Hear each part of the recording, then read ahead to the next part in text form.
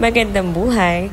I would like to tour you around with one of the majestic places here in Marinduque na hindi po masyado exploited ng mga tao. Una, dahil ito ay medyo malayo sa town proper. Pangalawa, medyo papasok ito and all, so hindi masyado pang napupunta ng mga tao. But, ang kagandahan naman nito ay this one is along the road, hindi mo na kailangan lumibat pa ng isla para lang ma-experience ang Palat Sandbar.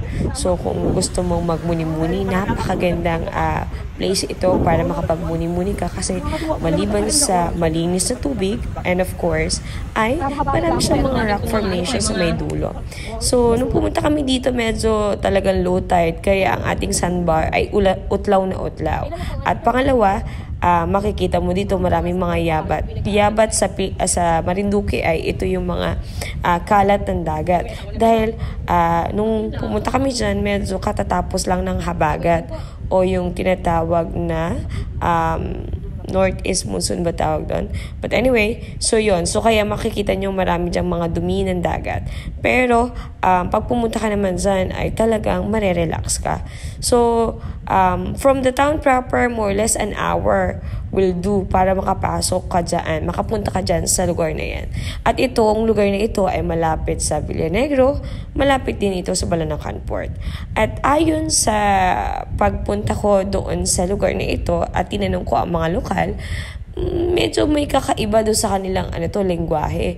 Kasi pag nakapunta kayo dito sa Marinduque, ang aming Tagalog ay talaga napakalalim. Pero dahil nga marami ng dumating na mga Marinduqueño dito na galing din sa iba't ibang lugar, kaya makikita nyo dito at pag napunta kayo dito, may pagkabisay ang kanilang lengguwahe. Dahil sabi nung ating lokal ay kumbaga marami ang nakapuntang mga taga-Bisaya kaya sa katagalan ng panahon ay dumami na rin ang nagsasalita ng Bisaya dahil sa na-expose ang ating mga lokal sa pagbibisaya at pangalawa ay dahil din sa pag-spread na rin ng ating mga tao, so pagdami ng lahi doon sa lugar na yun. So ang kinakabuhay po ng ating mga taga-silangan dito ay ang pangingisda. So, makikita nyo din po sa video, naghahanap sila ng mga shells na ginagawa nilang pang livelihood. Kinakain nila at the same time ay binibenta.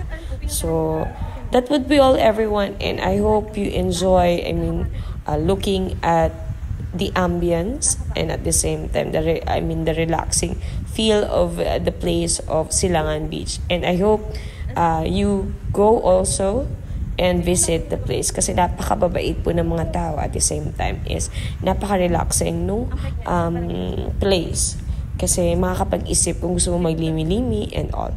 So that would be all everyone and have a happy and blessed day.